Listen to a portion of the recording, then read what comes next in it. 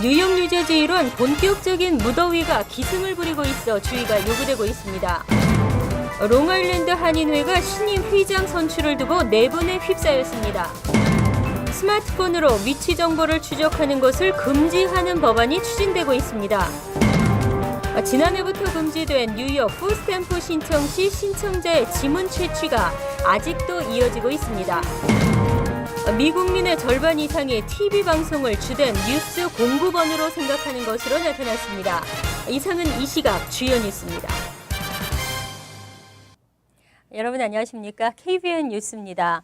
독립기념일 연휴였던 지난주부터 한낮 최고 기온이 97도까지 올라가는 등 본격적인 무더위가 기승을 부리고 있습니다. 특히 강한 햇볕으로 인해 야외 활동 시 주의가 요구됩니다. 주성훈 기자가 보도합니다. 한낮 최고 기온이 95도를 웃도는 오늘 50%가 넘는 높은 습도에 실제 느끼는 체감 온도는 100도가 넘습니다. 강렬히 내리쬐는 태양에 야외에서 가만히 서 있으면 5분도 안 돼 땀이 비오듯 흐릅니다. 국립기상청이 폭염주의보를 선포하면서 본격적인 무더위가 찾아왔습니다. 연일 폭염이 계속되고 있지만 강렬한 태양이 반가운 사람들도 있습니다. Relax and take it easy. I usually go to a gym, but I didn't feel like it today. So I'll stay here for a while. It's very nice under this tree. Oh my God, it's so hot. I need to go back home and get in my AC. It's just way too hot out here. I can't take it. 심지어 이열치열로 땀을 흘리며 운동을 하면서 더위를 즐기는 사람들도 있습니다. 아무것도 움직이지도 않고 그렇게 땀나는 것보다는 밖에서 운동해가지고 땀나는 게 더 이왕 땀 흘리는 거 똑같은 건데 이게 더 실용적이지 않을까. 하지만 전문가들은 야외에서 장시간 활동하게 될 경우 일사병에 걸릴 위험이 있다며 물을 자주 마시고 특히 노인이나 환자는 가급적 외출을 삼가라고 조언합니다. 수분 섭취를 충분히 항상 하셔가지고 탈수나 아니면 피로나 열사병 이런 게 생길 가능성이 누구한테나 있기 때문에 아무리 건강한 사람들도 그런 건 좀 주의를 하셔야 되고 가능하면 좀 이제 이른 아침이나 아니면 저녁 무렵 그럴 때 운동을 하시는 게 좋고. 무더위는 오늘 밤 한 차례 소나기와 함께 한풀 꺾일 것으로 보이지만 이번 주말 본격적인 무더위를 알리는 초복과 함께 다시 상승할 것으로 기상청은 내다봤습니다. 한편 지난 주말 동안 폭염을 피해 물놀이를 간 46세 남성과 16세 고등학생이 물에 빠져 사망하는 등 뉴욕, 뉴저지에서 익사사고가 잇따라 물놀이를 즐기는 피서객들의 각별한 주의가 요구됩니다.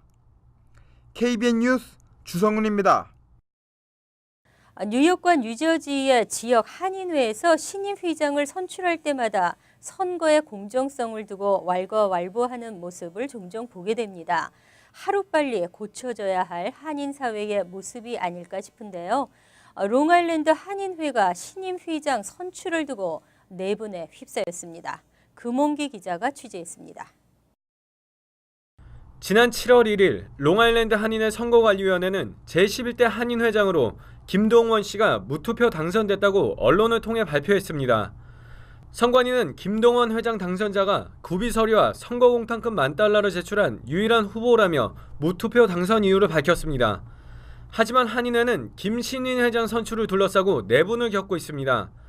1차 후보자 등록 공고를 보고 지원한 회장 후보들 중 일부가 일주일이라는 마감 시간 동안 등록 구비 서류를 갖추기가 힘들다며 선관위와 마감 기한을 더 늘려달라고 요청하고 선관위는 이를 받아들였습니다. 선관위는 1차 후보 공고 때는 없던 선거 공탁금 $10,000를 내걸고 2차 후보자 등록 공고를 내면서 논란에 휩싸였습니다. 1차 등록을 했던 3명의 후보들은 구비 서류와 자격 요건을 갖췄음에도 불구하고 선관위로부터 공탁금에 대해 아무런 통보를 받지 못했다며 재선거를 요구하고 나섰습니다.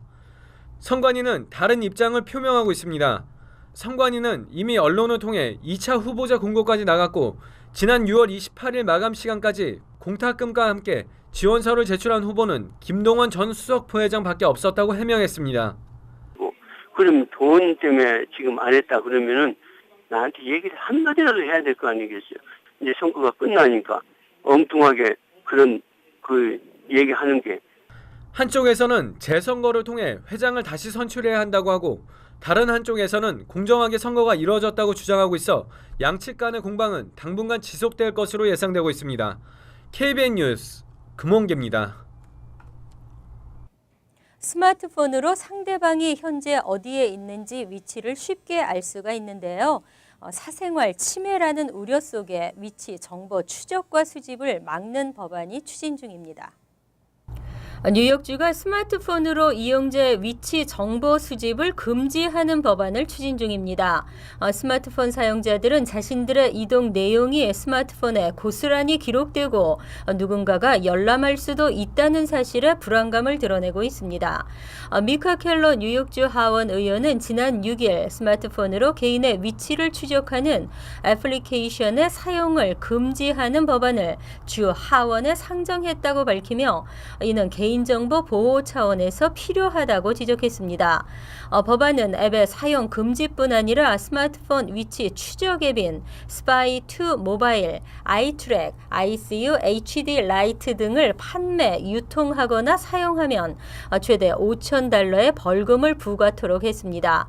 이 앱들은 상대방의 위치 정보를 소유자의 동의 없이 수집할 수 있고 다른 사람과 공유할 수도 있어 최근 사회적인 문제가 되고 있습니다.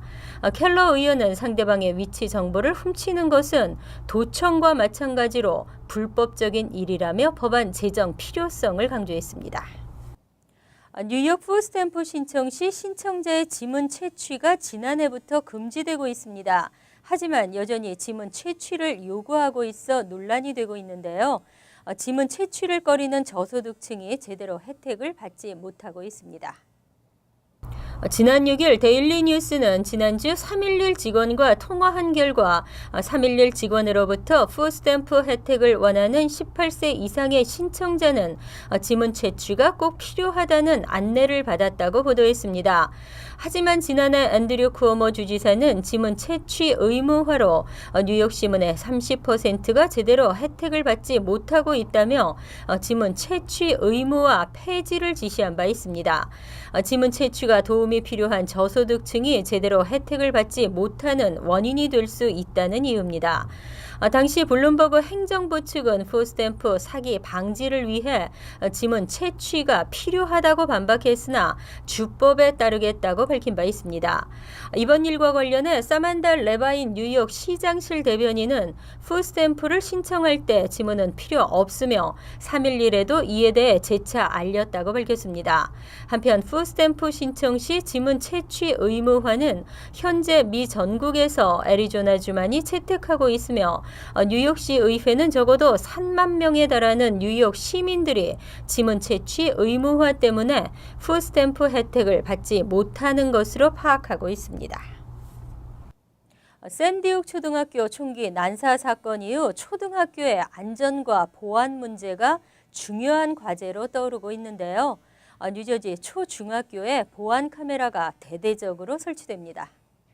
잉그루드 학군과 에지워러 학군은 현재 보유한 보안 카메라로는 외부 침입자를 충분히 감시할 수 없다는 판단에서 보안 카메라를 대대적으로 늘리기로 했습니다. 잉그루드 학군은 맥클라우드 초등학교와 제니스 디스머스 중학교에 총 11대씩 카메라를 각각 설치하기로 최종 결정했습니다. 카메라 설치에 드는 비용이 약 $5만 이르지만 학부모들과 학교 관계자들은 이번 결정을 환영하는 분위기입니다. 이 같은 결정을 내린 하워드 해프턴 잉그루드 학군장은 보안 카메라 설치는 학생은 물론 교직원들의 안전을 위해서라며 앞으로도 노력하겠다고 밝혔습니다. 에지오러 학군도 현재 보안 카메라가 5대뿐인 엘리너 벤젤더 초등학교에 올해 9월까지 20대의 카메라를 추가로 설치하기로 최근 합의했습니다. 한편 카메라는 대부분 학교 밖에 설치될 예정이며 카메라에 담기는 화면은 실시간으로 인근 경찰에게도 전달돼 만일의 사태에 빠른 대처가 가능토록 한다는 계획입니다. 뉴저지 데머레스트 고교와 올테판 고교에서 AP 수강 기준이 강화될 것으로 보입니다. 모든 학생에게 AP 수강 기회를 주니 좋지 않은 결과가 나왔다는 이유인데요. 의무적으로 사전 이수 과목을 해야 하는 등 조건을 까다롭게 했습니다. 현재 학교에서 제공하는 19개 AP 과목 가운데 7개 과목이 사전 이수 과목에 대한 의무 조항이 누락돼 있다며 노던밸리 리저널 고교 학군이 AP 기준 강화 방침에 대한 입장을 밝혔습니다. 현재 해당 과목들은 사전 이수 과목 조건을 충족하지 않은 누구라도 AP 과목을 택할 수 있기 때문에 결과적으로 AP 시험을 통과하지 못해 불합격생이 속출하는 문제를 해결하기 위함이란 설명입니다. 이에 각 과목별 사전 의무 이수 과목을 명확히 제시하는 동시에 전체 AP 과목에 대해 공통적으로 교사 추천서 및 사전 이수 과목에서 최소 A- 이상의 성적을 받도록 하는 기준을 적용하겠다는 계획입니다. 또한 AP 과목이나 언어 클래스를 수강하는 학생들도 최소 B- 이상의 성적으로 과목을 이수해야 한다는 조건을 덧붙였으며 고교 석차제도 폐지도 검토 중입니다. 해외 여행 중 불미스러운 일이 발생하지 않을 것이라고 누구도 장담하지 못하죠. 한국 외교부가 해외 안전여행 어플리케이션을 한층 업그레이드하고 자국민 보호에 나섰습니다. 외교부는 지난 5일 해외에서 한국 국민이 사건 사고에 처했을 때 상황별로 대응 요령을 안내하고 각 상황에 맞춰 비상 연락처로 바로 연결이 가능하도록 하는 해외 안전 모바일 어플리케이션을 업그레이드했습니다. 이 모바일 어플리케이션은 외교부에서 2011년부터 운영하고 있는 해외 안전여행 어플리케이션의 업그레이드 버전으로 해외에서 발생 가능한 각 위기 상황별 대처 매뉴얼에 대한 내용을 한층 강화한 것입니다.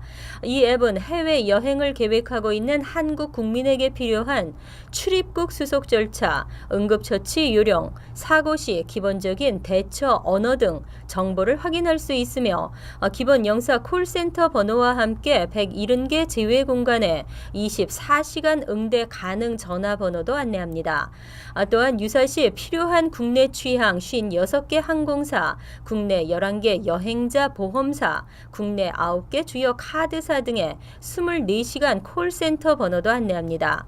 특히 해외에서 예기치 못한 사고로 긴급 구조를 요청해야 할 때 내 위치 찾기 기능을 통해 본인의 위치 및 인근 공간을 지도상에서 확인하고 곧바로 긴급 전화 버튼을 눌러 공간으로 전화 연결을 할 수 있도록 했습니다. 인터넷의 발달과 스마트폰의 등장으로 뉴스에 대한 소비 방식도 변화되고 있습니다. 하지만 아직도 미 국민의 절반 이상이 TV 방송을 주된 뉴스 공급원으로 꼽았습니다.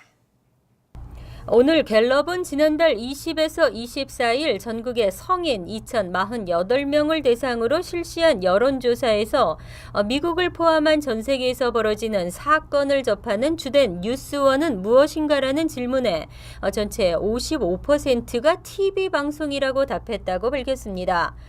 전체의 26%는 불특정 TV 방송이라고 밝혔으며 8%는 폭스뉴스, 7%는 CNN, 그리고 지역 TV 방송이 4%로 뒤를 이었으며 진보 성향인 MSNBC라고 밝힌 응답자는 1%에 그쳤습니다.